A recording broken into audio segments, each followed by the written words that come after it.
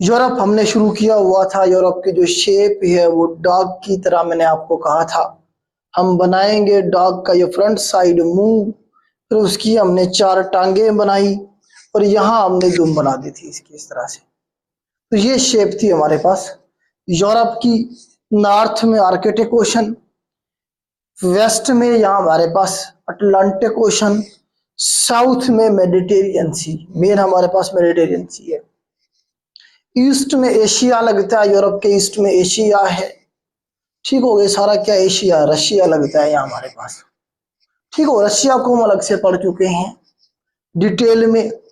बाकी यहाँ हमने कुछ चीजें देखी थी, तो हमने जरा यहाँ पे देखा था कि डॉग, डॉग को नाम दिया हमने फिन का, कि फिन जो है डॉग का नाम है, फिन से फिनलैंड हमने याद किया। फिर हमने नाटी और स्वीटी कहा डॉग को, नॉर्वे और स्वीडन। फिर हमने कहा वो क्या करता है, ईट स्टोन एसिटोनिया। कहाँ से आता है पत्थर, लटीविया से और लिथुआनिया से। उसके बाद हमने देखा कि बेल बंधी हुई है, बेल से बिलारस। बेल कैसे बंधी है, क्रेन से बंधी है, यूक्रेन, यूक्रेन जिसे हमने कहा। फिर वो जो बेल है, ये जो क्रेन है वो made of Roboto, made of से मोल्डोवा, रोबोटो, रोमानिया, बल्गारिया और टर्की हमारे पास है बेटा। इस तरह से यूरोप का हिस्सा है। यहाँ पे टर्की अलग से, टर्की के बारे में आपको ऑलरेडी मैं पढ़ा चुका हूँ। इसका जो 5% हिस्सा है जो यहाँ यूरोप में है, बाकी 95% जो है वो एशिया में है। बॉस्फोरस स्ट्रेट यहीं पे हमने बनाया था। ठीक हो गया जी। तो आज हम इससे आगे चलेंगे बेटा, आज हम इससे आगे चलेंगे, स्टोरी को आगे लेके चलते हैं और उसके बाद फिर हम जरा यूक्रेन को भी देखेंगे। फिर यहाँ हम बाकी यहाँ पे माउंटेन रेंजेस को देखेंगे, यहाँ जो है ना रिवर्स को देखेंगे हम। यहाँ बहुत सारे सवाल बनेंगे आपके, फिर ऑर्गेनाइजेशन बहुत सारी बनेगी। तो बेटा स्टोरी को, वही डॉग वाली को मैं लेके चलता हूँ। हर एक डॉग की क्या होती है, एक ब्रीड होती है, एक उसकी नस्ल होती है, उसकी जो है ना पहचान होती है। जिस तरह जर्मन शेफर्ड एक मशहूर जो है ना ब्रीड है पाकिस्तान में, जर्मन शेफर्ड, जो अमीर लोग हैं अपने घरों में रखते हैं। कई कई लाख के जो है ना वो जो डॉग हैं वो सेल होती हैं, जर्मन शेफर्ड इस तरह से है। तो यहाँ पे ये वाला जो डॉग हमने बनाया है, इसका जो नाम है वो क्या है बेटा, जर्मन पोचेस। जर्मन पोचेस है इस डॉग का ब्रीड, इस डॉग की जो नस्ल है वो। तो जर्मन से याद रखेंगे बेटा, जर्मनी, जर्मन से हमारे पास बनेगा यहाँ जर्मनी, पो से पोलैंड, चेज से चेक रिपब्लिक। ये हमारे पास पोलैंड है, ये हमारे पास जर्मनी है और ये हमारे पास चेज रिपब्लिक, जिसे हम चेक रिपब्लिक कहते हैं, जिसे हम क्या कहते हैं, चेक रिपब्लिक जिसे कहेंगे। जो डॉग है उसकी ब्रीड का नाम हमने क्या किया, जर्मन पोचेस। जर्मनी, पोलैंड और चेक रिपब्लिक। और ये जो मिस्टर फिन है हमारे पास, ये क्या कर रहे हैं जी, स्लो स्लो वॉक कर रहे हैं। तो स्लो वॉक से स्लो वाकिया, यहाँ पे मुल्क बनाने स्लो वाकिया, स्लो स्लो वॉक कर रहे हैं, स्लो स्लो वॉक कर रहे हैं। क्यों स्लो वॉक कर रहे हैं, क्योंकि वो क्या है, हंगरी है। क्योंकि वो क्या है, हंगरी है। हंगरी मतलब भूखा। तो यहाँ पे हमारे पास मुल्क है हंगरी। स्लो वॉक कर रहे हैं, स्लो वॉक। क्या, क्यों स्लो, जब इंसान भूखा होता है या डॉग भूखा होगा तो वो स्लो स्लो वॉक करेगा ना। तो स्लो स्लो वॉक कर रहा है, स्लो वॉक किया। और साथ क्यों, क्योंकि वो हंगरी है। अच्छा, फिर साथ में वो आहिस्ता आहिस्ता भी चल रहा है। आहिस्ता से Australia, Australia, Austria, Austria, Austria भी कह सकते हैं। वो आहिस्ता आहिस्ता भी चल रहा है। और वो आहिस्ता आहिस्ता चलता हुआ किधर पहुंचता है, स्विट्जरलैंड पहुंचता है। कहां पहुंचेगा, स्विट्जरलैंड। तो स्टोरी को जरा देखें। मिस्टर फिन की जो, हमारे पास कोई इशू हो तो मुझे बताइए, वहीं बैठ गया। जर्मन पोचेस है, स्लो वॉक करता है। क्यों, क्योंकि भूखा है। फिर वो आहिस्ता आहिस्ता चलता हुआ किधर पहुंचता है, स्विट्जरलैंड पहुंचता है। कौन, मिस्टर फिन। आहिस्ता से ऑस्ट्रेलिया कहां पहुंचा, स्विट्जरलैंड पहुंचा। तो बस यहाँ यही मुल्क हमने बनाने थे। ये जो सारे का सारा मुल्क है ये वाला, ये है हमारे पास बेटा फ्रांस। फ्रांस है हमारे पास, ये कंट्री कौन सा है बेटा हमारे पास, सारे का सारा फ्रांस है। फ्रांस हमारे पास ये मुल्क है। ये जगह मैंने थोड़ी सी छोड़ दी है। ये जो मुल्क बचेगा हमारे पास बेटा, ये यहाँ तक मिला हुआ है। किस तक मिला हुआ है? ये यहाँ तक स्पेन के साथ मिला हुआ है, फ्रांस। तो स्विट्जरलैंड के बाद हमने मुल्क बनाया है फ्रांस। फ्रांस कंट्री बनाया। तो ये तो कंट्रीज के आपको नाम याद हो गया। अब ये जर्मनी और फ्रांस के दरमियान में ये जगह रहेगी। यहाँ हमने 3 मुल्क बनाने हैं जिसे कहेंगे हम Benelux countries. BENELUX, Benelux countries. B से बनेगा हमारे पास ये बेल्जियम। NE से बनेगा नीदरलैंड। और LUX से बनेगा लग्जमबर्ग। लग्जमबर्ग। बेनीलक्स कंट्रीज इनकी ऑर्गेनाइजेशन है बेनीलक्स के नाम से।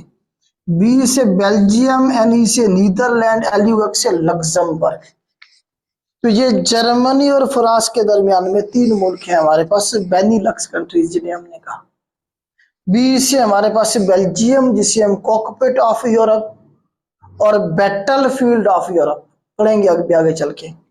नीदरलैंड को हम हॉलैंड कहते हैं, हॉलैंड। हॉलैंड। लग्जमबर्ग जो है हमारे पास, लग्जमबर्ग ही रहेगा। तो ये सतह समंदर से नीचे है, थोड़ा सा पानी का लेवल ऊपर हुआ तो ये तीनों मुल्क डूब जाएंगे। तो इस तरह से यूरोप के जो मेन कंट्री है हमारे, वो मुकम्मल हुए जो हमने करने थे। सिर्फ एक मुल्क यहाँ रह जाएगा हमारे पास, स्विट्जरलैंड और ऑस्ट्रिया के दरमियान में, और उसका नाम है हमारे पास लीचेस्टाइन। मैंने आपको बताया था पूरी दुनिया में 2 लैंड लॉक्ड कंट्री, पूरी दुनिया में 2 double land lock country. Land lock तो 44 है, 44 है। जो डबल लैंड लॉक कंट्री है कितनी है बेटा? 2 है। एक उज्बेकिस्तान पड़ा हमने सेंट्रल एशिया में, दूसरा यहाँ है ऑस्ट्रिया और स्विट्जरलैंड के दरमियान में, जिसका नाम क्या है हमारे पास? लीचेस्टाइन। LICHETIEN, लीचेस्टाइन। ये यूरोप के अंदर क्या है? डबल लैंड लॉक कंट्री, और वो ऑस्ट्रिया और स्विट्जरलैंड के दरमियान में। तो ये मेन कंट्रीज थे जिनके बारे में हमने पढ़ना है यूरोप में, जो हमने कर रहे हैं। अब इनके बारे में जरा हम पढ़ते हैं वन बाय वन। हम जरा देखेंगे कि यहाँ से सवाल कौन से बन सकते हैं। ठीक हो गया जी। तो यहाँ पे आप ये देखें कि एक तो हमारे पास यहाँ ये जर्मनी का इलाका है। ये क्या है? जर्मनी है। यहाँ तक ये सारा क्या है हमारे पास? जर्मनी कह रहे हैं। हिटलर का मुल्क है। किसका मुल्क है? हिटलर का मुल्क है, जर्मनी। तो यहाँ पे एक कैनाल मौजूद है जिसका नाम है कील कैनाल। KIEL, कील कैनाल। 1895 के अंदर ये बनाई गई थी, और जो है ना ये तकरीबन कोई 98 किलोमीटर इसकी लेंथ है। कील कैनाल जो थी जर्मनी में है, ये जर्मनी का हिस्सा है यहाँ तक ऊपर तक। तो जर्मनी के अंदर है ये नॉर्थ सी है। कौन सा सी है हमारे पास? नॉर्थ सी। नॉर्थ सी को मिला दिया है बाल्टिक सी के साथ। जो कील कैनाल है, KIEL की, कील कैनाल मिला रही है नॉर्थ सी को बाल्टिक सी के साथ। और कौन से मुल्क में है? ये जर्मनी में है। तकरीबन 98 किलोमीटर इसकी लेंथ है। तकरीबन इसकी जो लेंथ है वो कितनी है बेटा? 98 किलोमीटर है। अगर साल याद ना रखना है तो छोड़ दीजिएगा। 1895 का वैसे साल है, अगर इधर याद रहे तो छोड़ दीजिएगा, कोई मसला नहीं है। लेकिन कील कैनाल का बारे में आपको बताना जी कि कौन से मुल्क का हिस्सा है? जर्मनी का हिस्सा है। मैक्सिमम ये सवाल बनेगा, या इससे बढ़ के वो करेगा तो वो कहेगा जी बताइए किसे किसे मिला रही है? नॉर्थ सी है। नॉर्थ सी को मिला रही है बाल्टिक सी के साथ। ऊपर से जाने के बजाय ट्रेड यहीं से जहाज निकलता है और डायरेक्ट इधर पहुंच जाता है बाल्टिक सी। बाल्टिक सी से जहाज डायरेक्ट इधर पहुंच जाएगा। ठीक हो गया जी। अब जरा थोड़ा सा कुछ और चीजें देखते हैं। यहाँ पे हमारे पास बनेगी बेटा एक बे बनेगी जिसे कहेंगे हम Bay of Biscay. Bay of Biscay के बारे में सवाल बनेगा। तो एक साइड पे ये फ्रांस है, दूसरी साइड पे ये स्पेन है। तो स्पेन और फ्रांस के दरमियान में जो बे बनी उसे हमने क्या कहा, बे ऑफ बिस्के। सवाल बना है बे ऑफ बिस्के किधर है, अटलांटिक ओशन में है, यूरोप में है। फ्रांस और स्पेन के दरमियान में बे ऑफ बिस्के है। फिर यहां देखें तो यहां पे हमारे पास बनेगा बेटा, ये फ्रांस है, ये इंग्लैंड है, तो यहां पे हमारे पास बनता है इंग्लिश चैनल। इंग्लिश चैनल बनेगा तो चैनल क्या होता है, चैनल वो टीवी चैनल नहीं है, इसका मतलब यहाँ पे मतलब है पानी की ऐसी शेप जो दो लैंड मासेस को सेपरेट करे। जो कैनाल जो हमारे पास स्ट्रेट होती है, स्ट्रेट बड़ी होकर चैनल बना देती है। स्ट्रेट क्या होती है, पानी की तंग, जैसे यहाँ पे हमारे पास ये स्ट्रेट बन रही है, ये हमारे पास यहाँ स्ट्रेट, ये भी फ्रांस है, हमारे पास ये इंग्लैंड है। तो यहाँ जो स्ट्रेट बनेगी इसका नाम है डॉवर स्ट्रेट, DOVER, डॉवर स्ट्रेट। तो डॉवर स्ट्रेट भी फ्रांस और इंग्लैंड के दरमियान में है, DOVER, डॉवर स्ट्रेट, जो कि नॉर्थ सी को अटलांटिक के साथ मिला रही है। इंग्लैंड को सेपरेट कर दिया फ्रांस से, डॉवर स्ट्रेट, डॉवर स्ट्रेट। अब ये यहां जब होता है तो स्ट्रेट क्या है, उसका जो वाया है, इसका जो वाइडनेस है वो बढ़ जाती है, तो स्ट्रेट बड़ी होकर बना देती है चैनल। तो यहाँ उसका जो साइज है वो ज्यादा चौड़ा हो गया, खुला हो गया है, तो इसे हमने क्या कहा, चैनल कहा। और इस चैनल का नाम क्या है, इंग्लिश चैनल। सवाल बनेगा किस किस के दरमियान में, इंग्लैंड और फ्रांस के दरमियान में स्ट्रेट बड़ी होकर चैनल बना देती है। इस तरह से आप याद रखेंगे। तो डॉवर स्ट्रेट आपको क्लियर हो गया। और इंग्लिश चैनल यहां भी हमारे पास चैनल बनता है, ST जॉर्ज चैनल। ये जो बनता है हमारे पास इंग्लैंड और आयरलैंड के दरमियान, या वेल्स और आयरलैंड के दरमियान में ST George channel, saint George channel,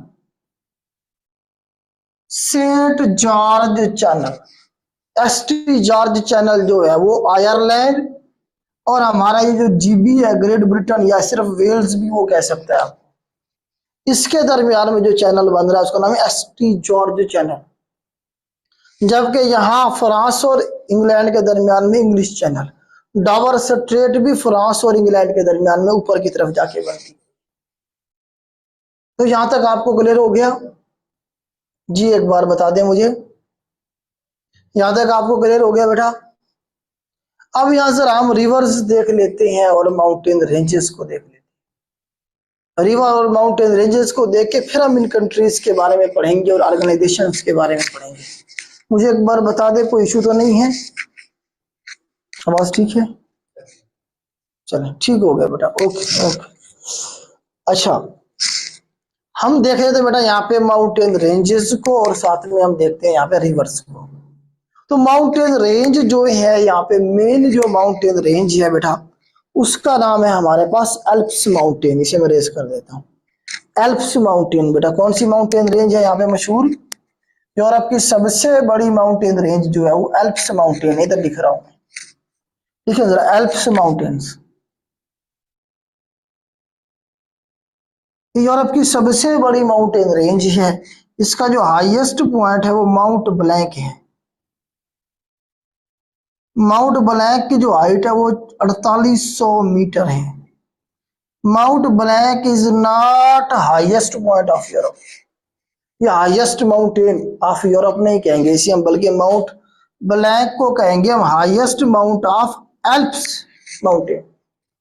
ये जो माउंट ब्लैंक है ये हाईएस्ट पॉइंट है किसका, एल्प्स माउंटेन्स का। एल्प्स माउंटेन यहाँ सबसे बड़ी, यहाँ से शुरू होती है जर्मनी के इधर से, फ्रांस के बॉर्डर से इस तरह अगली तरफ चली जाएगी। एल्प्स माउंटेन इस तरह से हमारे पास यहाँ मौजूद है, जर्मनी, फ्रांस, स्विट्जरलैंड, इस तरह से अगली तरफ चली जाएगी। तो सवाल आपने ये याद रखना है कि यूरोप की सबसे बड़ी mountain range Alps mountain range, उसका हाईएस्ट, एल्प्स का highest point mount Blanc, BLANC, Blanc, 4800 metre height है। फिर पूछता है यूरोप का हाईएस्ट पॉइंट है, यूरोप का जो हाईएस्ट पॉइंट है वो ये नहीं है, एल्प्स माउंटेन का हाईएस्ट पॉइंट है। तो यूरोप का जो हाईएस्ट पॉइंट है वो कास्कस माउंटेन है। कास्कट माउंटेन में हमारे पास Mount Elbrus, Mount Elbrus, ELBRUS, Mount Elbrus जो है ये यूरोप का हाईएस्ट पॉइंट है। और ये कहाँ है? कास्कस माउंटेन में, कोकाफ की पहाड़ियां, यहाँ जो हमने बनाया था जॉर्जिया, यहाँ पे नहीं बनाया था हमने, जॉर्जिया के अंदर, जॉर्जिया में हमारे पास कोकाफ की पहाड़ियां, उसका हाईएस्ट पॉइंट है एल्ब्रस। इसकी हाइट है 56 मीटर। अब 56 मीटर ज्यादा है या 4800 मीटर ज्यादा है? तो अगर आपसे इस तरह से सवाल पूछा जाए कि यूरोप की हाईएस्ट पीक कौन सी है, तो माउंट एल्ब्रस कहेंगे। 56 मीटर इसकी हाइट है। अगर आपको कहे कि एल्प्स माउंटेन की हाईएस्ट पीक, तो फिर आप माउंट ब्लैंक कहेंगे और 4800 मीटर इसकी हाइट है। दोनों सवाल में जो डिफरेंस है वो समझ आ गया। वो हमने वहां बनाया था, कास्कस है तो यूरोप का हिस्सा ना, मतलब यूरोप वाली साइड बनती है तकरीबन, इस तरह से कह लें आप। ठीक हो गया बेटा। तो ये दो माउंटेन रेंज हमने देखी, और यहाँ हमने कुछ दरियाओं के बारे में देखना है। हमने यहाँ कुछ दरियाओं के बारे में, यहाँ से यूक्रेन और रशिया के बॉर्डर से, यहाँ से यूक्रेन और रशिया के बॉर्डर पे माउंटेन रेंज है जिसका नाम है हमारे पास वल्दाई माउंटेन्स। ना जरा, वल्दाई माउंटेन्स, वल्दाई माउंटेन जो है ये यूक्रेन है यहाँ पे, और ऊपर सारा क्या है? रशिया है। रशिया और यूक्रेन के बॉर्डर पे वल्दाई माउंटेन है, यहां से निकलता है वोल्गा रिवर। ऐसे Volga river, Volga river Europe का सबसे बड़ा दरिया है। यूरोप का सबसे बड़ा दरिया वोल्गा रिवर है, जो कि वल्दाई माउंटेन से निकलेगा, जो कि रशिया और यूक्रेन के बॉर्डर पे है। और ये कैस्पियन सी में जाके गिरता है, कैस्पियन सी में जाके गिरेगा, ये नीचे की तरफ जाएगा, और कैस्पियन सी हमने बनाया था, उधर से नजर आ रहा है? कैस्पियन सी में जाके गिरेगा बेटा। ये पूछ लेता है कभी कभार वोल्गा रिवर कहाँ से निकलता है, वल्दाई माउंटेन से निकलेगा। इसकी जो जो लेंथ है बेटा वोल्गा रिवर की, मेरे ख्याल से कोई 4300 कितनी है, 3550 है। हमारे पास जो वोल्गा रिवर की बेटा लेंथ है ना जी, वो होनी चाहिए, इसे चेक कीजिएगा, मेरे माइंड में नहीं आ रही। वोल्गा रिवर,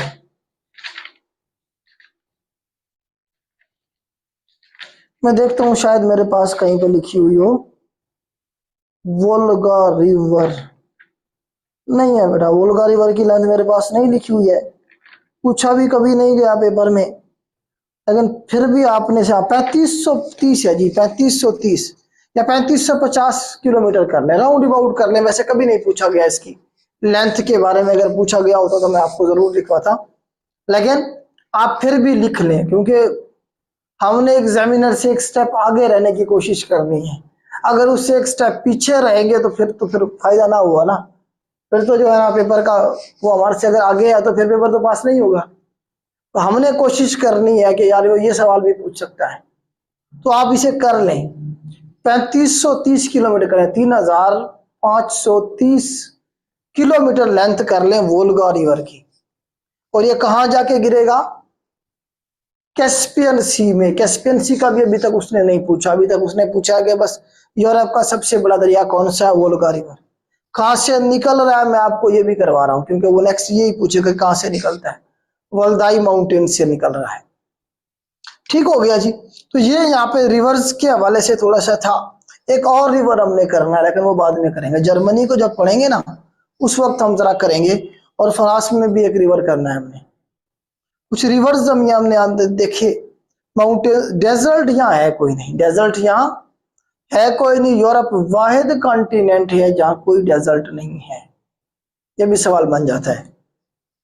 अब जरा बेटा थोड़ा सा जो है ना आप लिखिएगा, मैं थोड़ा सा अब आपको लिखवाता हूँ। अब कुछ कंट्रीज हैं जिनके हेड ऑफ द स्टेट भी हमने करनी है। इस तरह हमारे पास यूक्रेन से मैं अपनी बात शुरू करता हूँ। यूक्रेन रकबे के लिहाज से यूरोप का सबसे बड़ा कंट्री है, सवाल बना है पेपर में।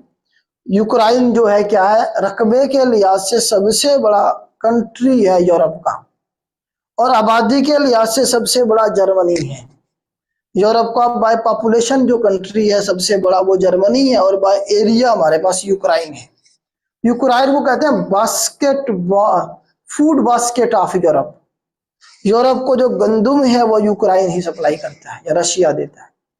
तो फूड बास्केट ऑफ यूरोप किसे कहेंगे? यूक्रेन को कहेंगे। तो यूक्रेन जो है बेटा रकबे के लिहाज से मैंने आपको बता दिया, इसका जो कैपिटल है वो कीव है, कीव। यूक्रेन कैपिटल क्या है बेटा हमारे पास? KIEV, Kyiv. कीव क्या है? कैपिटल है यूक्रेन का।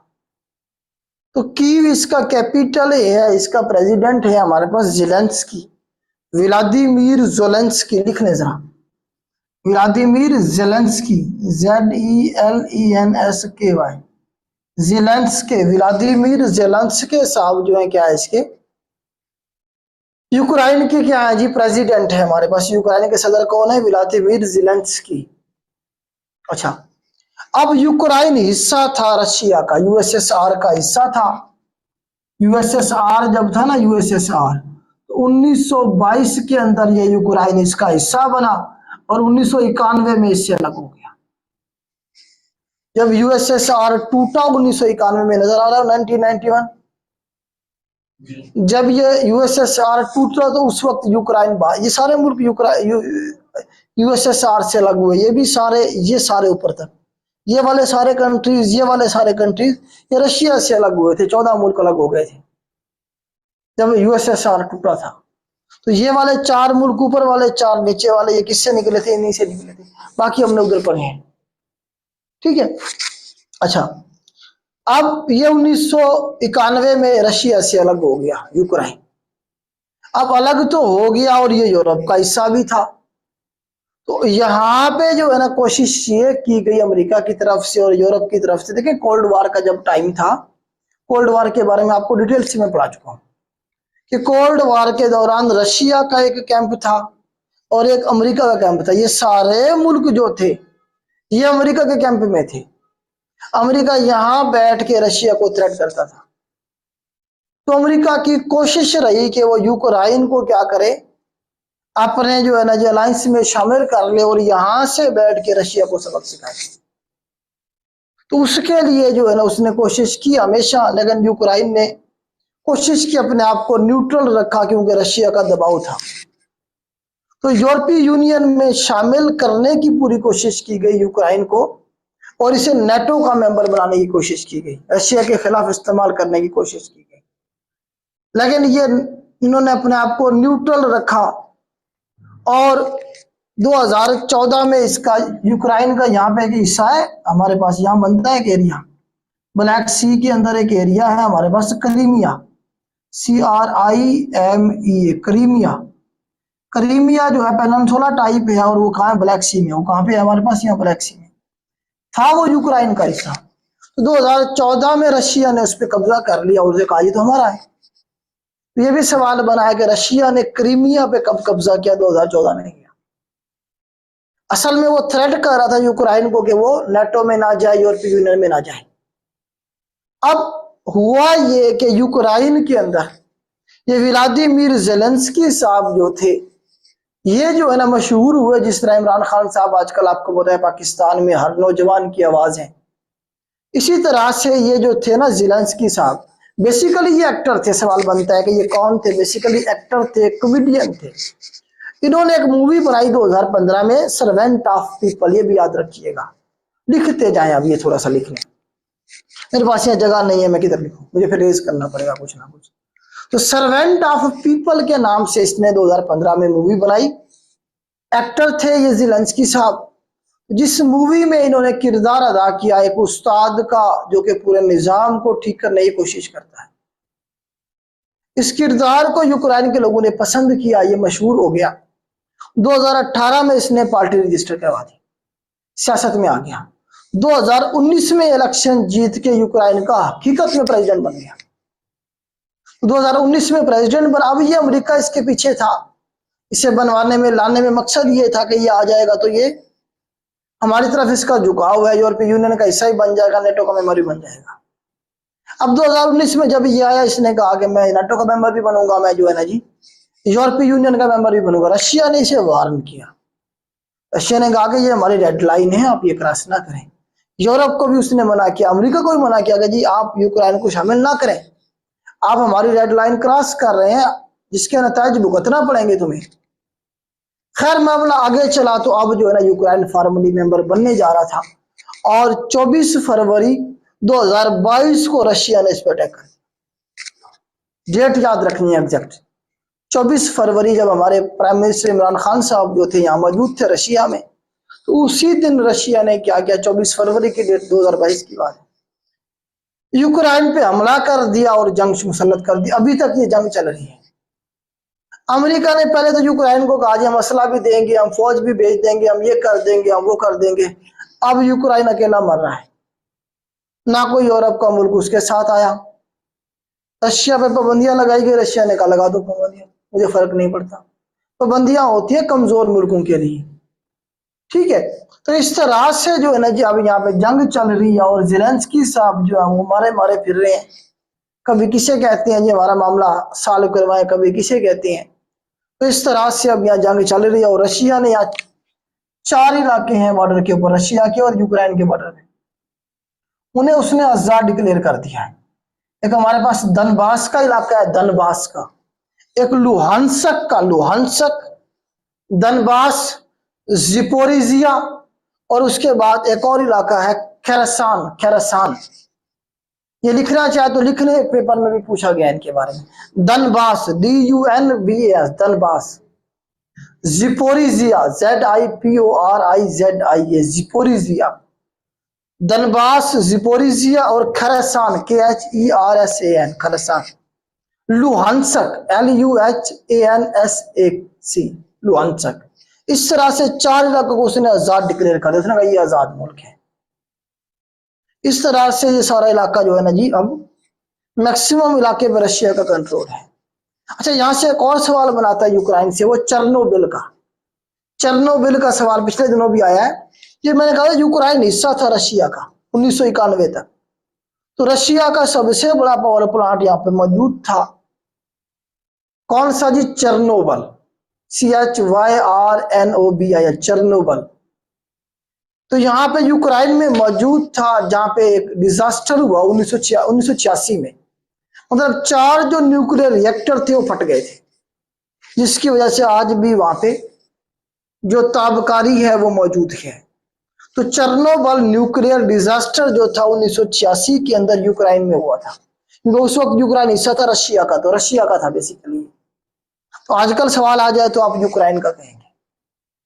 दुनिया का सबसे बड़ा जो जहाज है बोइंग, वो भी यूक्रेन के पास ही था, जो अभी जब जंग शुरू हुई तो वो तबाह कर दिया गया। तो यह सवाल भी पेपर में बना कि दुनिया का सबसे बड़ा जो पैसेंजर प्लेन था वो किसके पास था? यूक्रेन के पास था, और जो कि जंग के दौरान बर्बाद हो गया। तो ये जहाज की टेक्नोलॉजी में बहुत आगे है पाकिस्तान। इनसे बहुत सारे जहाज के जो पार्ट्स हैं वो लेता है। गंदम भी हम इनसे लेते हैं, रशिया से और यूक्रेन से।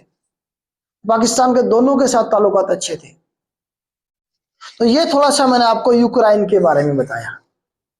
यूक्रेन क्योंकि यूरोप का सबसे बड़ा मुल्क है रकबे के लिहाज से, इसीलिए इसके बारे में जानना जरूरी है। ठीक हो गया जी। उसके बाद जरा हम थोड़ा सा देख लेते हैं इन मुल्कों के बारे में। यहाँ बहुत सारे सवाल बनेंगे, इसे मैं रेज कर देता हूँ। यहाँ कुछ मैं लिखता रहूंगा साथ साथ जो लिखने वाली चीजें हैं।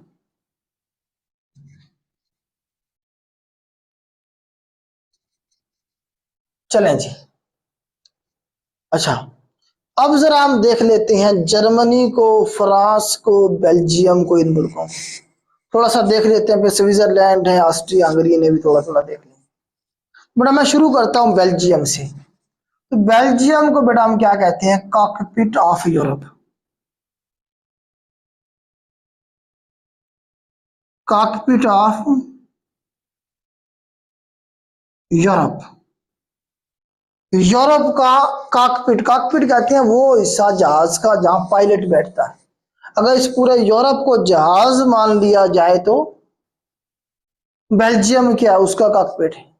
क्यों? क्योंकि यूरोपीय यूनियन जो है, यूरोपीय यूनियन है ना, उसका यूरोपीय यूनियन का जो हेडक्वार्टर है कहाँ है? बेल्जियम में, ब्रसेल्स में। तो यूरोपीय यूनियन ही चला रही है ना, ड्राइव कर रही है ना पूरे यूरोप को। तो इस तरह से आप कॉकपिट ऑफ यूरोप इसे कहें, या इसे आप कहें बैटल फील्ड ऑफ यूरोप।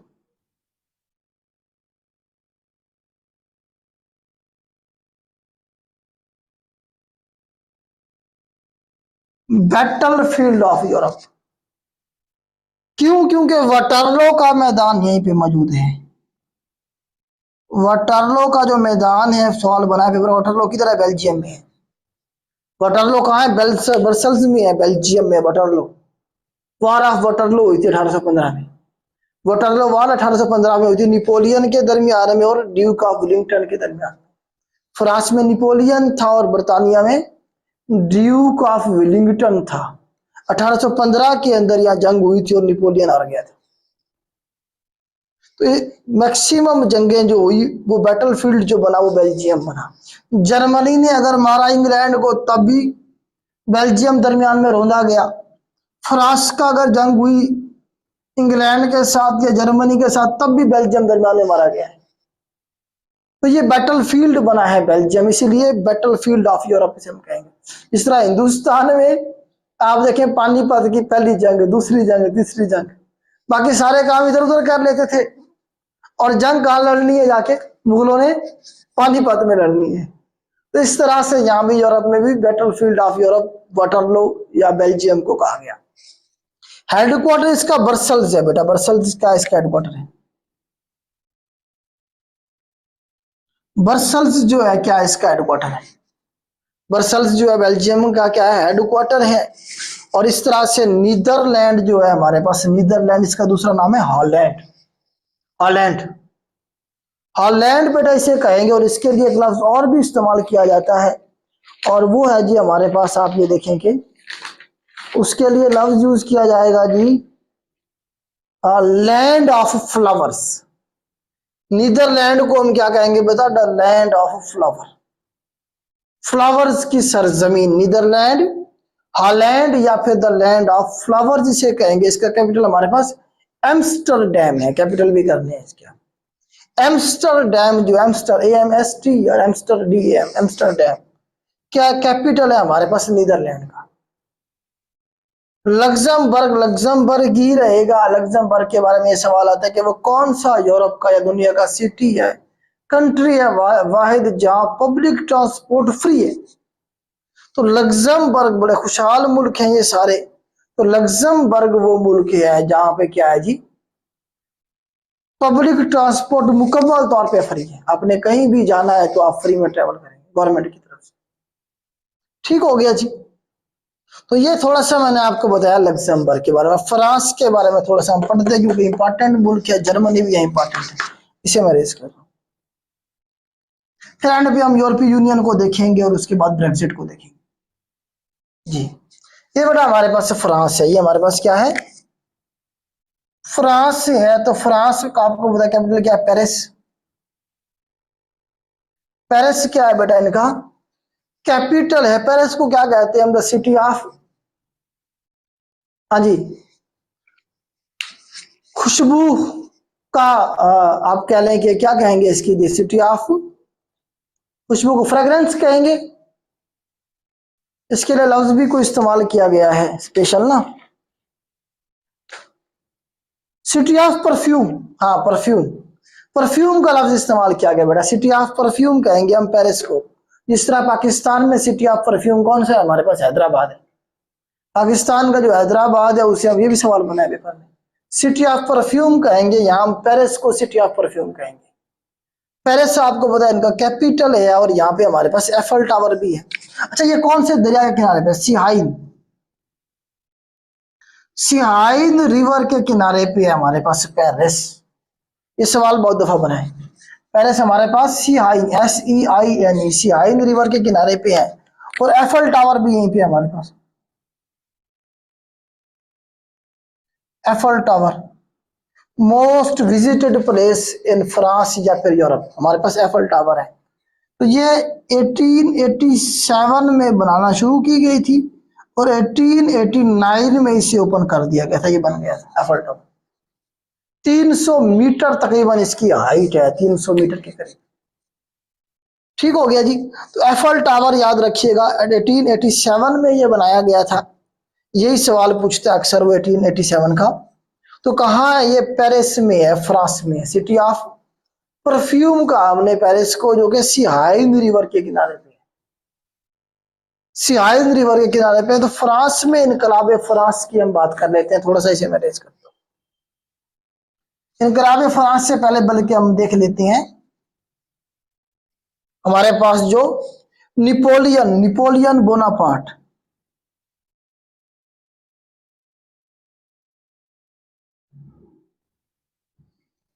बल्कि निपोलियन बोनापार्ट जो है ये इनकलाब के बाद आता है। पहले हम इनकलाब को ही देखते हैं, पहले हम इनकलाब को ही देखते हैं जिसे हम कहेंगे फ्रेंच रेवोल्यूशन।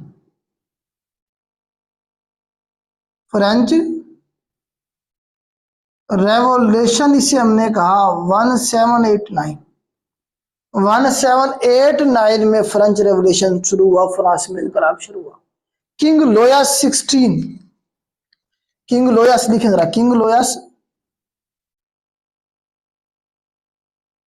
16 जो था इनका बादशाह था या बादशाह थी।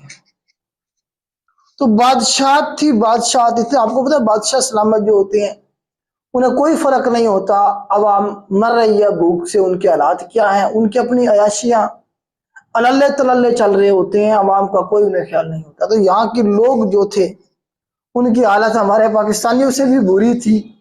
और जो है ना जी, जो उनके शराफिया है, जिस तरह हमारे मुल्क में एक शराफिया बैठी है वो वसाइल को लूट रही है।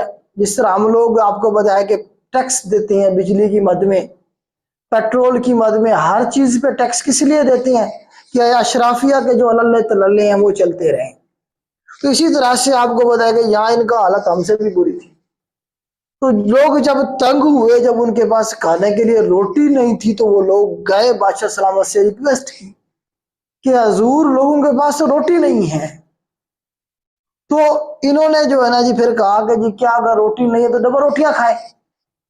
और इनकी मलका ने कहा कि क्या शहर में घास खत्म हो गया है, अगर रोटी नहीं है तो घास खाएं। मतलब इस तरह का तजहीक अमेज लहजे के साथ उन्हें जवाब दिया गया। तो लोग जब तंग हुए तो फिर उन्होंने इनकलाब जो है ना, इसके सारे इनकलाब के पीछे जो माइंड था वो था रूसो का। रूसो आपको बताया कि एक स्कॉलर है रूसो, ROUSSEAU, रूसो इस तरह के स्पेलिंग लिख रहे हैं उसे। रूसो का माइंड सेट था, वो गरीबों की मजदूरों की जो आवाज था बना, लोगों को मोटिवेट किया कि अपने अशराफिया के खिलाफ निकलो, इन्हें सबक सिखाओ। तो लोग निकले और उन्होंने क्या किया, 1789 में इनकलाब बर्पा कर दिया। अपने अशराफिया को ढूंढ ढूंढ के इन्होंने कत्ल किया, मारा। जिसके हाथ थोड़े से नरम होते थे उसका वो क्या करते, गला काट देते थे कि भाई इसने कभी जिंदगी में काम नहीं किया, ये अशराफिया का हिस्सा है। जिसके हाथ सख्त होते थे वो कहते हाँ ये मजदूर है, इसने बेचारे ने मेहनत की। तो इस तरह से इसे भी, किंग लोयस को भी 1793 में असैसिनेट कर दिया गया, कत्ल कर दिया। इस तरह से इनकलाब आया फ्रांस के अंदर। और फ्रांस में जो था मुकम्मल तौर पर जो अशराफिया थी उसे कैफर किरदार तक पहुंचाया गया। अवाम का इनकलाब था ये। इस इनकलाब में एक नारा इस्तेमाल किया गया और एक टर्म यूज की जाएगी जिसके बारे में कमीशन पूछता है। टर्म थी टेनिस कोर्ट ऑथ। टेनिस नजर आ रहा है, टेनिस, टेनिस कोर्ट ऑथ। कहा यह जाता है कि जिन्होंने शुरुआत की थी इनकलाब की वो एक टेनिस कोर्ट में इकट्ठे हुए थे। वहां जो उन्होंने ऑथ लिया था इनकलाब का उसे कहते हैं टेनिस कोर्ट ऑथ।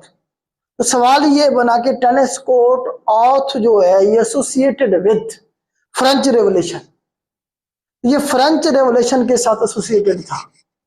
फिर एक नारा गूंजा, इक्वेलिटी, इक्वेलिटी उसका जो पूरा था उसके बाद था, मैं एक मिनट आपको जरा लिखवा देता हूँ, लिबर्टी आजादी, इक्वेलिटी बराबरी, एंड फर्टर्निटी। फर्टर्निटी का मतलब होता है बिरादराना भाईचारा। तो ये भी सवाल बना कि जो नारा था ये किसके साथ था या कौन से इनकलाब में लगाया गया। लिबर्टी, इक्वेलिटी, फर्टर्निटी, लिबर्टी आजादी, इक्वेलिटी बराबरी, फर्टर्निटी मतलब भाईचारा, बिरादरहुड जिसे हम कहते हैं। तो ये नारा लगाया गया इस इनकलाब के दौरान और फ्रांस में इनकलाब आ गया। उसके बाद आगे चल के हम डिस्कस करेंगे नेपोलियन बोनापार्ट को। इसे याद करता हूँ, नेपोलियन बोनापार्ट भी कहीं ना कहीं से इनकलाब में शामिल था। तो नेपोलियन साहब जो है ये हीरो आपको बताया जा फ्रांसीसियों के। नेपोलियन बोनापार्ट तो ये जो थे ना जी, ये फ्रांस के भी और इटली के भी। इटली के ये प्रेसिडेंट रहे और फ्रांस के इंपीरियर रहे 1804 से लेकर 1815 तक। तो इन्होंने, इनकी जंग थी इंग्लैंड के साथ, तो वार ऑफ वाटरलू। असल में जब ये इनकलाब आ गया तो ये फ्रांसीसी जो थे इन्होंने साथ वाले मुल्कों पे कब्जा करना शुरू कर दिया और ये कहते थे कि अब क्या करेंगे, पूरे यूरोप को फतह करेंगे, पूरा यूरोप हमारा है। और नेपोलियन ने कर भी लिया था पूरे यूरोप को फतह। गलती से ये हुई, इसने भी रशिया पे हमला कर दिया। इसने रशिया पे हमला कर दिया। रशिया में ठंड बहुत थी, ठंड बहुत थी यहाँ पे, तो इसकी आधी फौज ठंड में मर गई। जब तक ये वापस आया तब तक ये मजबूत हो चुके थे सारे के सारे। बड़ा मजबूत जबरदस्त किस्म का ये हुक्मरान था नेपोलियन। खैर वारा वाटरलो में से शिकस्त हो गई। यहाँ बेल्जियम में हो रही थी जंग वाटरलो। ये कब की बात है? 1815 की। 1815 की ये बात है।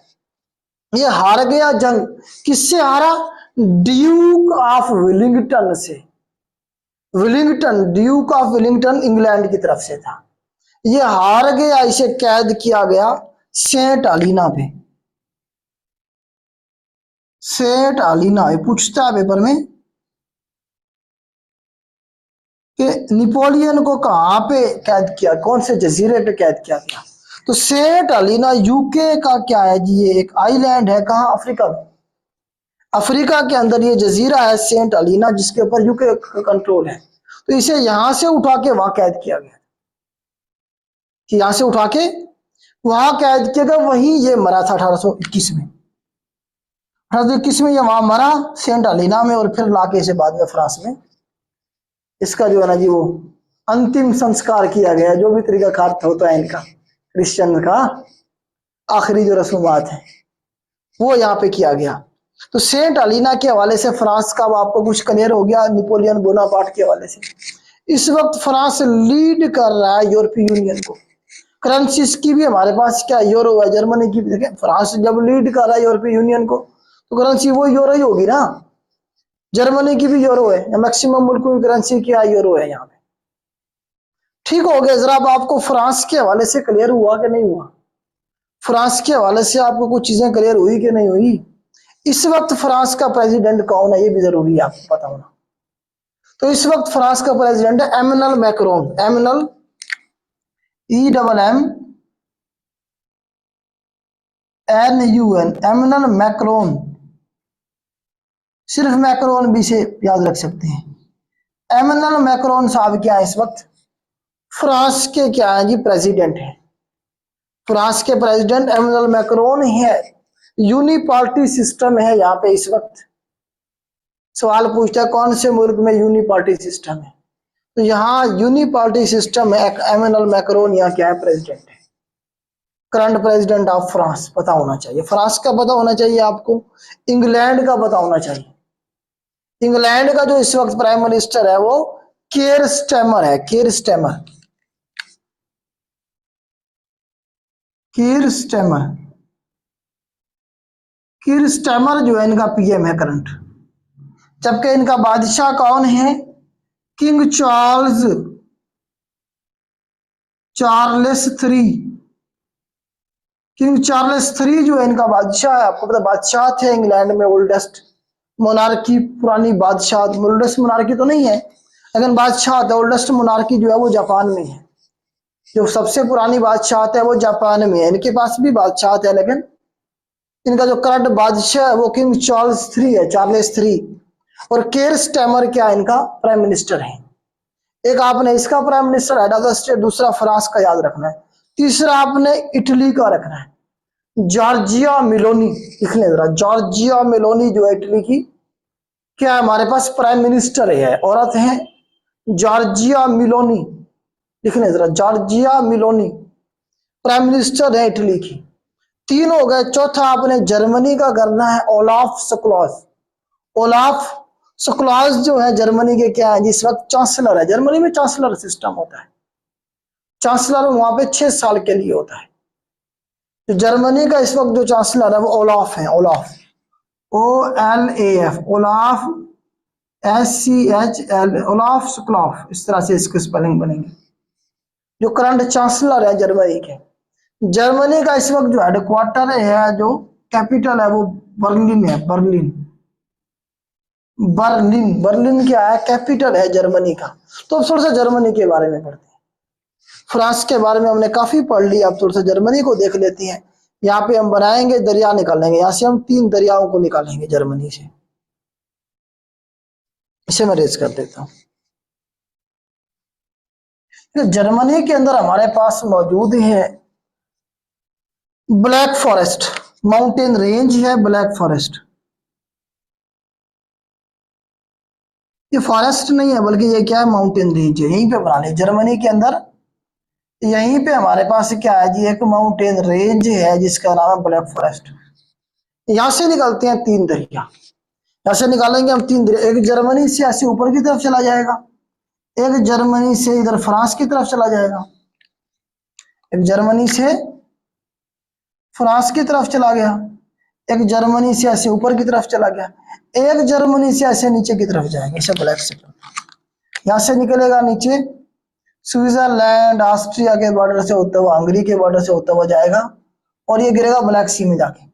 तो 3 दरिया हमने निकालने, इसे मैं रेज करता हूं ब्लैक फॉरेस्ट से। 1 2 और ये 3 इस तरह से बना ले तरतीब के साथ। एक है बेटा हमारे पास रोन रिवर, जरा इनकी तरतीब जरा लिख लीजिएगा तरतीब से, मैं आपको लिखवा देता हूं। रोन रिवर, ROHN। और दूसरा है हमारे पास रिहाइन रिवर। चलें पहला पहला बनाने रिहाइन, REHIN, रिहाइन रिवर। दूसरा ROHN, रोन रिवर। और तीसरा हमारे पास दनोब, DNA, दनोब, DANUB, दनोब रिवर। 3 दरिया बनेंगे। रिहाइन रिवर है ये वाला जो ऊपर जर्मनी में जा रहा है। इसके किनारे के ऊपर हमारे पास बोन मौजूद है, बोन, BONN, बोन सिटी है जर्मनी का। तो सवाल बनेगा कि जो बोन है, बोन जो हमारे पास सिटी है जर्मनी का, ये कौन से दरिया किनारे पे है, रिहाइन। रिहाइन के किनारे पे बोन, ये बोन लिखा हुआ नजर आ रहा है जी। ये बोन क्यों इंपॉर्टेंट है अभी बताता हूँ आपको, क्यों पूछेगा इसे। जो रोन रिवर है, रोन, ये आ गया यहाँ से फ्रांस की तरफ। जब ये फ्रांस में आएगा तो फ्रांस का एक सिटी है लियोन, LYON, लियोन। इसके किनारे पे क्या है, लियोन, LYON, लियोन। इसके बारे में पूछेगा, लियोन सिटी कौन से दरिया किनारे पे, रोन रिवर। तो लियोन क्यों मशहूर है, इंटरपोल के हवाले से। इंटरपोल के बारे में लिखे जरा, इधर लिखो, ये लिखे इंटरपोल।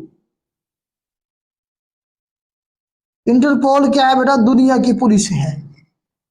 इंटरपोल क्या है, दुनिया की पुलिस है। तो हमारी FIA इसके साथ राब्ते में होती है और ये रेड वारंट जारी करते हैं। कोई भी हमें मफरूर इश्तिहारी चाहिए बाहर किसी मुल्क से तो हम इंटरपोल से राब्ता करेंगे, हमारी FIA इनसे राब्ता करेगी और ये बंदे पकड़ के हमारे वाले कर देंगे। इंटरपोल का काम ये है।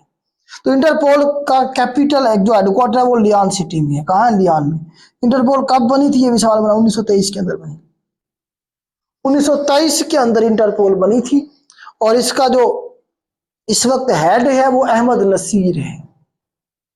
इसका जो हेड है कौन है, इंटरपोल को इस वक्त कौन हेड कर रहा है, अहमद नसीर जो है वो हेड कर रहा है। कब बनी सवाल पूछेगा। और ये जो है ना कहाँ है, फ्रांस बेस्ड है और लियोन सिटी में इसका कैपिटल है। सवाल ये पूछेगा कि इंटरपोल कहाँ बेस करती है, लियोन में। लियोन में, लियोन कहाँ है, रोन सिटी, रोन रिवर के किनारे पे। इंटरपोल क्लियर हो गया।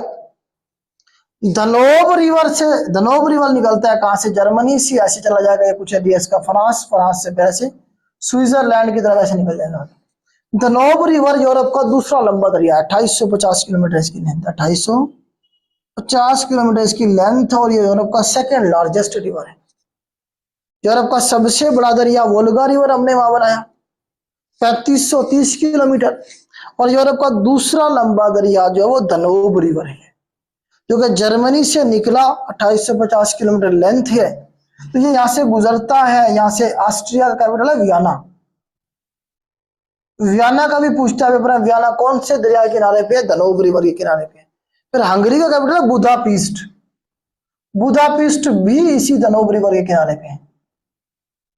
सवाल बनाया बुदापेस्ट कौन से दरिया, किसका कैपिटल है? हंगरी का। कौन से दरिया के किनारे पे है बुदापेस्ट? दानूब रिवर के किनारे पे। वियना ऑस्ट्रिया का कैपिटल है वियना, वो भी दानूब रिवर के किनारे पे। इस तरह से ये गुजरता हुआ जाएगा 8-9 मुल्कों से, और कहां जाके गिरेगा? ब्लैक सी में जाके गिरेगा। ये भी सवाल बनाया है कि जो दानूब रिवर है कहां से निकल रहा है? जर्मनी से, ब्लैक फॉरेस्ट से, और कहां गिरा है? जाके ब्लैक सी में जाके गिरता है। 2850 किलोमीटर इसकी क्या है? लेंथ है। अब ये मैंने आपको बोन बताया है, बोन। बोन जो है ना बेटा, ये वेस्ट जर्मनी का हेडक्वार्टर था, वेस्ट जर्मनी का कैपिटल था। ये सवाल बनेगा आपसे। बोन जो था, ये जब जर्मनी को तकसीम कर दिया गया 2 हिस्सों में वर्ल्ड वार सेकंड के बाद, तो यहां से इस तरह से लाइन खींच दी गई थी, दीवारें बर्लिन बना दी गई थी, एक ईस्ट जर्मनी, एक वेस्ट जर्मनी। वेस्ट जर्मनी का जो हेडक्वार्टर था, जो कैपिटल था, वो बोन को बनाया था। सवाल बनाया कि वेस्ट जर्मनी का जो हेडक्वार्टर था वो क्या था, कैपिटल क्या था? बोन। ईस्ट जर्मनी का बर्लिन ही था। दीवारें बर्लिन यहां बनाई गई थी, 1961 में बनाई गई थी दीवारें बर्लिन, और 1989 में उसे गिरा दिया गया था। दीवार बनाने का मकसद ये था लोगों को रोकना कि इधर के लोग उधर ना जा सके, उधर से इधर ना आ सके। 1989 में जब रशिया टूट रहा था, ये वाला हिस्सा रशिया के पास था, इस जर्मनी वाला, जब रशिया टूट रहा था, जब रशिया जंग हारा 1989 में, अफगान वार, तो उस वक्त फिर लोग यहाँ हावी हो गए, उन्होंने दीवार को गिरा दिया और रशिया यहाँ से भाग गया था। तो इस वक्त प्रेसिडेंट है व्लादिमीर पुतिन, वो यहाँ पे मौजूद था उस वक्त, बड़ी मुश्किल से जान बचा के इधर से भागा था। जर्मनी वालों ने मार देना था वरना। आज वो प्रेसिडेंट है रशिया का, व्लादिमीर पुतिन साहब जो है। उस वक्त ये केजीबी में था, जो उनकी सीक्रेट एजेंसी है, उसका हिस्सा था। ठीक हो गया, समय रेज कर देता हूँ। उम्मीद करता हूँ थोड़ा सा आपको ये समझ आ गया होगा। आप जरा देख लेते हैं जर्मनी का कैपिटल, और जो है ना इसका कैपिटल जर्मनी का मैंने आपको बताया बर्लिन है। आजकल क्या है? बर्लिन है, करेंसी यूरो है। और जो है ना जी आप ये देखें कि यहाँ की मशहूर सौगात जो है, मशहूर पर्सनैलिटी जो है वो हिटलर है। हिटलर साहब बेसिकली ऑस्ट्रिया से थे। सवाल बनता है कहां से था हिटलर? बेसिकली ऑस्ट्रिया से था,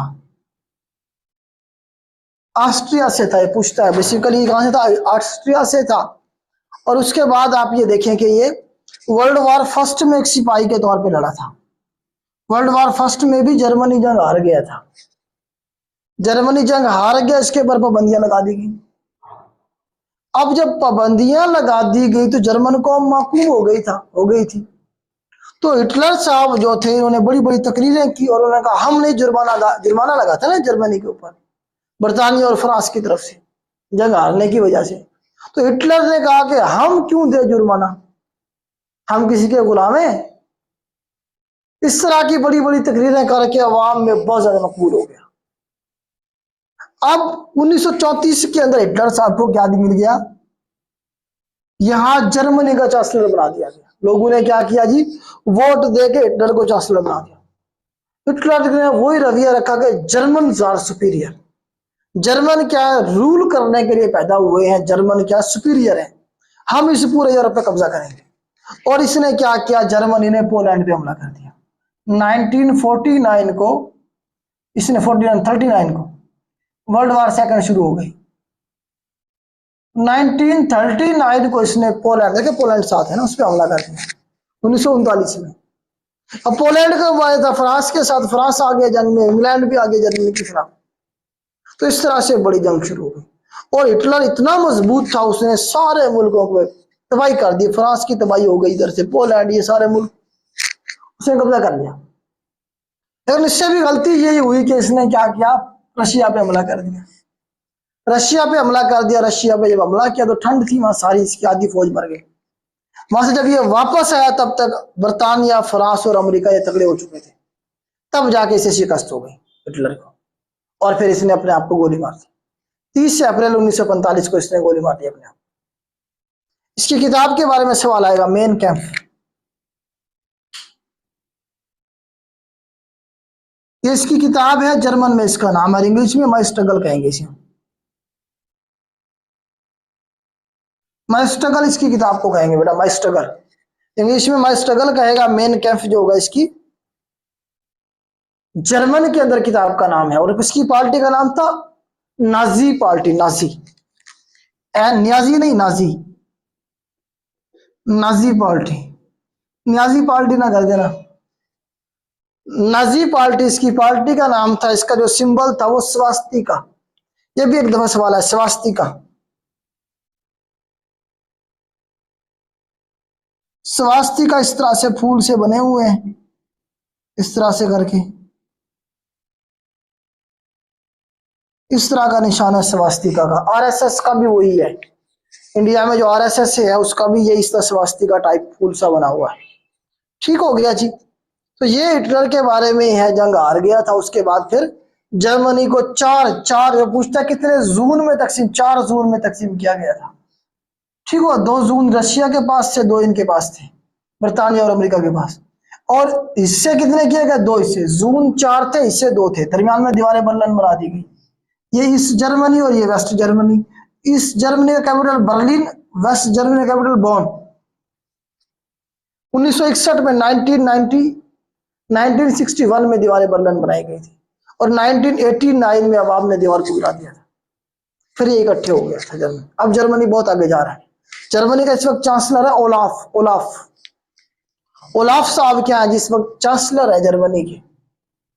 तो ये थोड़ा सा जर्मनी के हवाले से था।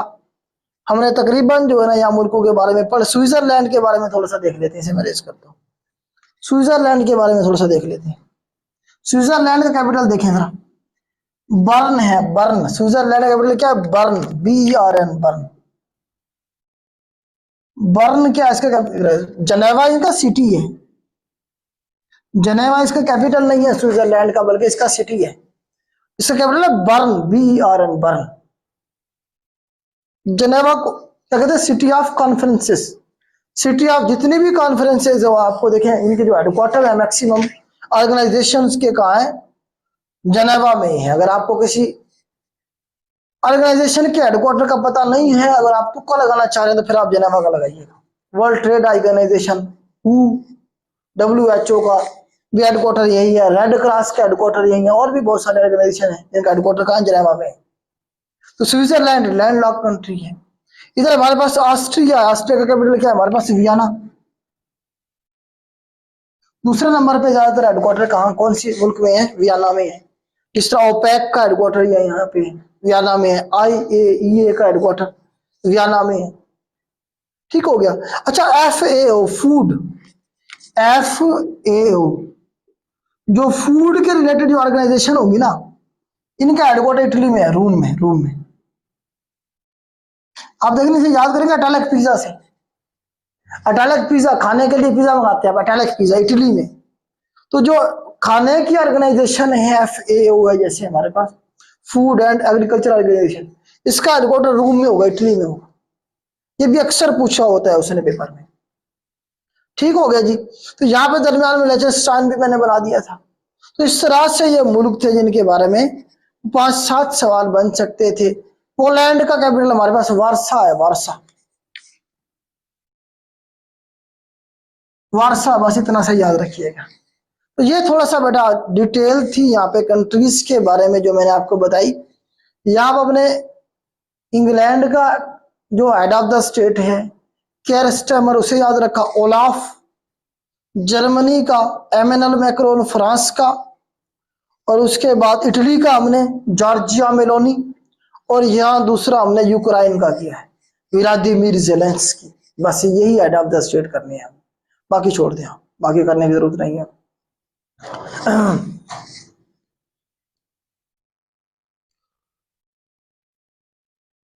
अब कुछ ऑर्गेनाइजेशन देखते हैं हम, बल्कि पहले हम यूरोपीय यूनियन का ही जो है निजाम से क्लियर करते हैं, सरेस करता हूँ।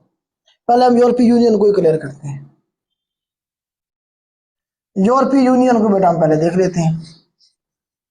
EU यूरोपीय यूनियन 1993 में बनाई गई।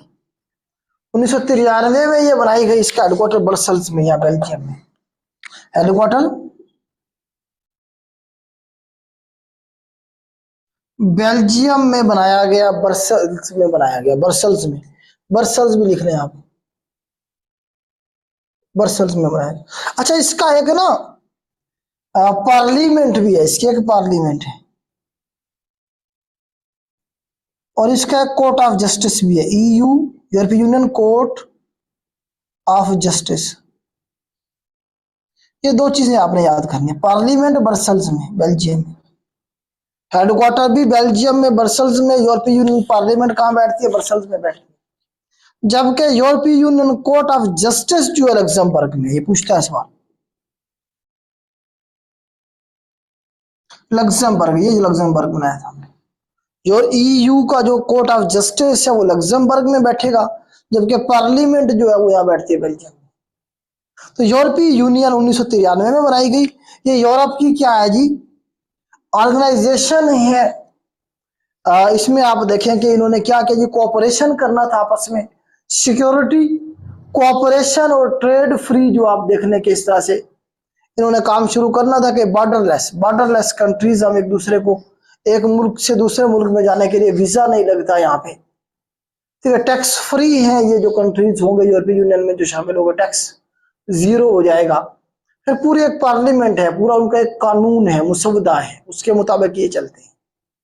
मतलब है कि जो मुल्क यूरोपीय यूनियन का हिस्सा होगा उसमें फिर उस मुल्क की अपनी मर्जी नहीं होगी, बल्कि यूरोपीय यूनियन की मर्जी होगी। जैसे बर्तानिया, इंग्लैंड हिस्सा था यूरोपीय यूनियन का। अब बर्तानिया के ने यहाँ से कितनी मछली पकड़नी है, समंदर है चारों तरफ, कितनी मछली पकड़नी है ये डिसाइड करेगी यूरोपीय यूनियन। अब हर बंदा मुंह उठा के जाना चाहता है यूरोप में। अब जो ये मुल्क है यहाँ ज्यादा पहुंच जाते हैं, यहाँ से डंकी मार के पहुंच जाते हैं, उधर से आ जाते हैं, ठीक हो गया। अब यूरोपीय यूनियन ने डिसाइड करना है किस मुल्क में कितने बेचने हैं। अगर बर्तानिया कहता है जी मेरे पास 10,000 लोगों की गुंजाइश है, और यूरोपीय यूनियन कहते हैं कि नहीं आप बंदे ज्यादा हैं, आप 20,000 रखोगे, तो बर्तानिया को रखने पड़ेंगे, क्योंकि यूरोपीय यूनियन का हिस्सा है, तो यूरोपीय यूनियन के फैसलों को उसे मानना पड़ेगा। इस वजह से यूरोपीय यूनियन ने क्या, बर्तानिया निकल गया। इन्होंने सेम करेंसी लॉन्च की 2000, इनकी सवाल बनाए, इन्होंने सेम करेंसी को कब लॉन्च किया? 1999 में इन्होंने यूरो करेंसी को लॉन्च किया था। सेम करेंसी, यूरो करेंसी 2002 में इस पे इंप्लीमेंट हुआ। ये दोनों सवाल बने। यूरो सेम करेंसी या यूरो करेंसी यूरोपीय यूनियन ने कब लॉन्च की? 1999 में। इंप्लीमेंट कब हुआ? 2002 में हुआ। अब तक कितने मुल्क हैं जो यूरो करेंसी को इस्तेमाल करें? 20 मुल्क है, ये भी सवाल बने। 20 मुल्क हैं यूरोपीय यूनियन के जो यूरो करेंसी इस्तेमाल कर रहे हैं, सारे नहीं करे, 27 हैं। वैसे यूरोपीय यूनियन के मेंबर कितने हैं? 27 मेंबर हैं बेटे, इसके मेंबर कितने हैं इस वक्त? 27 हैं, जिसमें से जो 20 हैं वो इस्तेमाल कर रहे हैं सेम करेंसी। ये भी सवाल बना, आखिरी मुल्क जिसने यूरो करेंसी को ज्वाइन किया है या यूरो जोन का हिस्सा बना है वो क्रोएशिया है। ये बनाया था हमने, स्लो करो, करो से क्रोएशिया, क्रोएशिया वो आखिरी मुल्क है जिसने, 20वां मुल्क है जिसने ज्वाइन किया है यूरो करेंसी को। 2023 की ये बात है, 2023 में ज्वाइन किया है। करंट अफेयर भी आपका यहाँ से कवर हो रहा है साथ साथ। तो इस तरह से सेम करेंसी उन्होंने 2002 में इंप्लीमेंट कर दी, 99 में लॉन्च कर दी थी, और इस वक्त तक 20 मुल्क ऐसे हैं जो करेंसी यूरो इस्तेमाल करें। आखिरी मुल्क क्रोएशिया है, ठीक हो। यूरोपीय यूनियन 93 में बनी थी, हेडक्वार्टर बेल्जियम में ब्रसेल्स में ही है, और 27 इसके मेंबर हैं। अब बर्तानिया इससे निकल गया, इससे कहा गया ब्रेक्जिट। ब्रेक्जिट को भी देखते हैं। ब्रेक्जिट का मतलब Britain exit, Britain plus exit. ये है, पूछता कभी कभी पूछेगा ब्रेक्जिट का मतलब क्या? ब्रिटेन एग्जिट, बर्तानिया का निकलना है किससे? यूरोपीय यूनियन से। 2016 में जो है ना जी यहाँ रेफरेंडम हुआ था, इन्होंने कहा था कि हमने इसका ऐसा नहीं रहना, हमें फायदा कम है नुकसान ज्यादा है। तो इस तरह से इनकी चली मूवमेंट, लोगों ने वोट किया, और सिंपली 2020 में 31 जनवरी 2020 को मुकम्मल तौर पे जो था ये निकल गया बाहर। 31 जनवरी 2020 को इंग्लैंड जो था बर्तानिया जो था वो यूरोपीय यूनियन से बाहर निकल गया। अब बर्तानिया इसका मेंबर नहीं है। पहले इसके 28 मेंबर थे। बर्तानिया के निकलने के बाद अब 27 रह गए। तो ये 2020 में निकल गए। 31 जनवरी की ये बात है। 31 जनवरी की भी एग्जैक्ट डेट उसने पूछी है। अच्छा, ये चेक कीजिएगा 2021 है या 2020 है। काउंटर चेक कीजिएगा बेटा। अभी मेरे ध्यान में आ रहा है कि शायद 21 ना हो। चेक कीजिएगा जरा, मैं देखता हूँ। जी बेटा, सारे बच्चे भाग गए हैं। लेक्चर मुश्किल लग रहा है।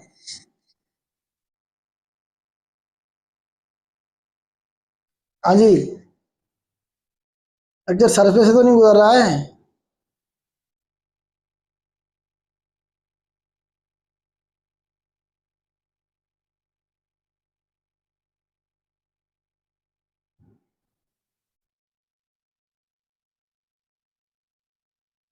चलें, बस ये आखिरी है बेटा आपका। ज्योग्राफी पे ये आखिरी धचका है, आखिरी जोर है, बस लगा दें। यूरोप तो हमारा पूरा फेवरेट है यार। बंदा जाना चाहता है यूरोप। यार आपको यूरोप के बारे में पता तो होना चाहिए ना। आप यूरोप जाना चाह रहे हैं, आपको यूरोप के बारे में पता ही नहीं है। चले बेटा, आखिरी ऑर्गेनाइजेशन हम यहाँ देख लेते हैं, नेटो। नेटो और कॉमनवेल्थ को देख लेते हैं। नेटो और कॉमनवेल्थ को बेटा देख लेते हैं, उसके बाद हम ऐड करेंगे इसे मैरिज का।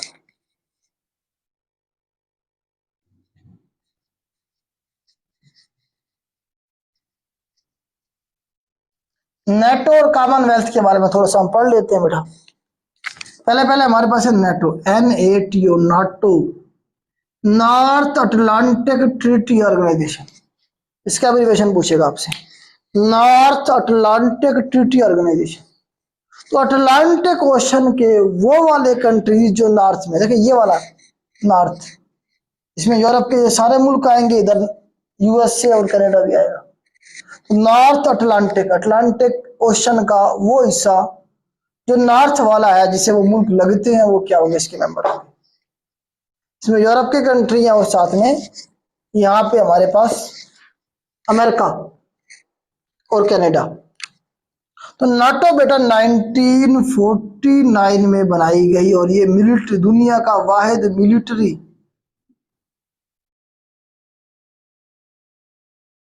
मिलिट्री अलायंस है बेटा। दुनिया का ये वाहिद, पूछता है सवाल, मिलिट्री अलायंस कौन सा है? नेटो। ये मिलिट्री अलायंस था किसके खिलाफ? USSR के खिलाफ, मतलब रशिया के खिलाफ। रशिया के खिलाफ था। ये अमेरिका ने बनाया था। किसने बनाया था? USA ने अपने अलायंस को इकट्ठा करके बनाया था रशिया के खिलाफ। ये दुनिया का वाहिद मिलिट्री अलायंस था। इसका हेडक्वार्टर भी ब्रसेल्स में है। इसका हेडक्वार्टर भी बेल्जियम में है। इसका हेडक्वार्टर भी कहाँ है बेटा? बेल्जियम में है, ब्रसेल्स में है। ब्रसेल्स में इसका हेडक्वार्टर है। और इसका जो हमारे पास बनेगा, आप ये देखें कि मेंबर्स, मेंबर बेटा इसके अब 32 हो गए हैं। आखिरी मुल्क जो इसका हिस्सा बना वो स्वीडन है। 2024 के अंदर स्वीडन इसका मेंबर बना है। 2023 में फिनलैंड बना था। 32 इसके मेंबर स्टेट्स हो गए हैं। किसके? नेटो के। नेटो के मेंबर स्टेट्स कितने हैं बेटा हमारे पास? 32 हो गए हैं। और इसका जो सेक्रेटरी जनरल है वो जरूर याद कीजिएगा। सेक्रेटरी जनरल जो है इसका जेन स्टॉल्टनबर्ग। जेन स्टॉल्टनबर्ग जो है ना जी, ये क्या है? इसका सेक्रेटरी ये जा रहा है, अभी ये जा रहा है और इसकी जगह पे आएगा अक्टूबर में, नया आ रहा है। उसका नाम मैं देखता हूँ, शायद मेरे पास कहीं पे हो। अभी है यही, लेकिन ये जा रहा है। ये जा रहा है तो नया जो आएगा उसका आपने जरूर याद रखना है नाम। तो मार्क रूती है जी जो नया आया है। इसकी जगह पे जो आएगा ना अभी अक्टूबर में, MAR के, मार्क RUTTE, मार्क रूती साहब जो है ना, सेक्रेटरी जनरल इंपॉर्टेंट है बेटा, ये जरूर करना है। बेशक आप जेन स्टॉल्टनबर्ग को छोड़ दें, तो ये वैसे ही जा रहा है। पेपर जब आपके होंगे, हो सकता है 28 को जो पेपर आ जाए उसमें आपने जेन स्टॉल्टनबर्ग करना है। 28 को भी पेपर है ना, तो अभी यही बैठा हुआ है। जो नया अभी बन गया है वो मार्क रूटी है, मार्क RUTT रूटी, मार्क रूटी, ये नया सेक्रेटरी जनरल होगा। अब इसमें वाहिद मुसलमान मुल्क जो है वो तुर्की है, तुर्की इसमें वाहिद मुसलमान मुल्क है, ये सवाल बनता है। और बाकी सवाल वही हैं जो बताए हैं मैंने आपको, तकरीबन यही बनेंगे। ठीक है, अमेरिका का ये अलायंस था रशिया के खिलाफ, तो रशिया ने फिर क्या किया, इसके इस पास में बनाया था वार्सा पैक्ट। क्या किया था? Warsaw pact. 1955 में किया, 1991 में खत्म हो गया। यूएसएसआर ने इसके रिस्पांस में अपने बचाव के लिए वार्सा पैक्ट का पूछता है सवाल, कब हुआ? 1955 में।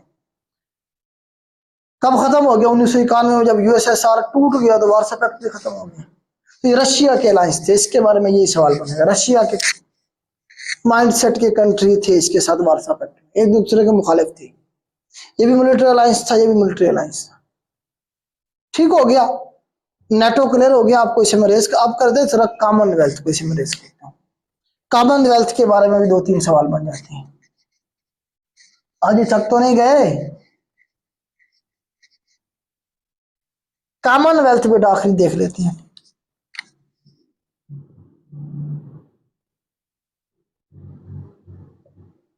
कॉमनवेल्थ बेटा 1931 में बना था। हेडक्वार्टर इसका लंदन में है, लंदन में इसका हेडक्वार्टर है। और इसका जो हेड है ना जी, जो इसे हेड करेगा, इसका हेड वही होगा जो बर्तानिया का हेड होगा, मतलब किंग चार्ल्स 3 जो है, ये इसका क्या हेड होगा? जो भी बर्तानिया का हेड होगा वो कॉमनवेल्थ का हेड वही होगा। कॉमनवेल्थ के जो मेंबर कंट्रीज हम 56 हैं, 56, ये वो तमाम 56 मुल्क हैं जो कभी ना कभी बर्तानिया के अंडर रहे हैं। इसका पाकिस्तान भी मेंबर है, इंडिया भी मेंबर है, सारे बर्तानिया के अंडर थे ना कभी। तो इन्होंने मिलकर एक ऑर्गेनाइजेशन बनाई जिसे कहा गया कॉमनवेल्थ कंट्रीज कहा जाता है। 1931 में ये बनी थी, हेडक्वार्टर इसका लंदन। अच्छा, एक और सवाल बनता है, कॉमनवेल्थ गेम के बारे में पूछता है। कॉमनवेल्थ गेम 1930 में शुरू हुई, सवाल पूछता है कब शुरू हुई थी?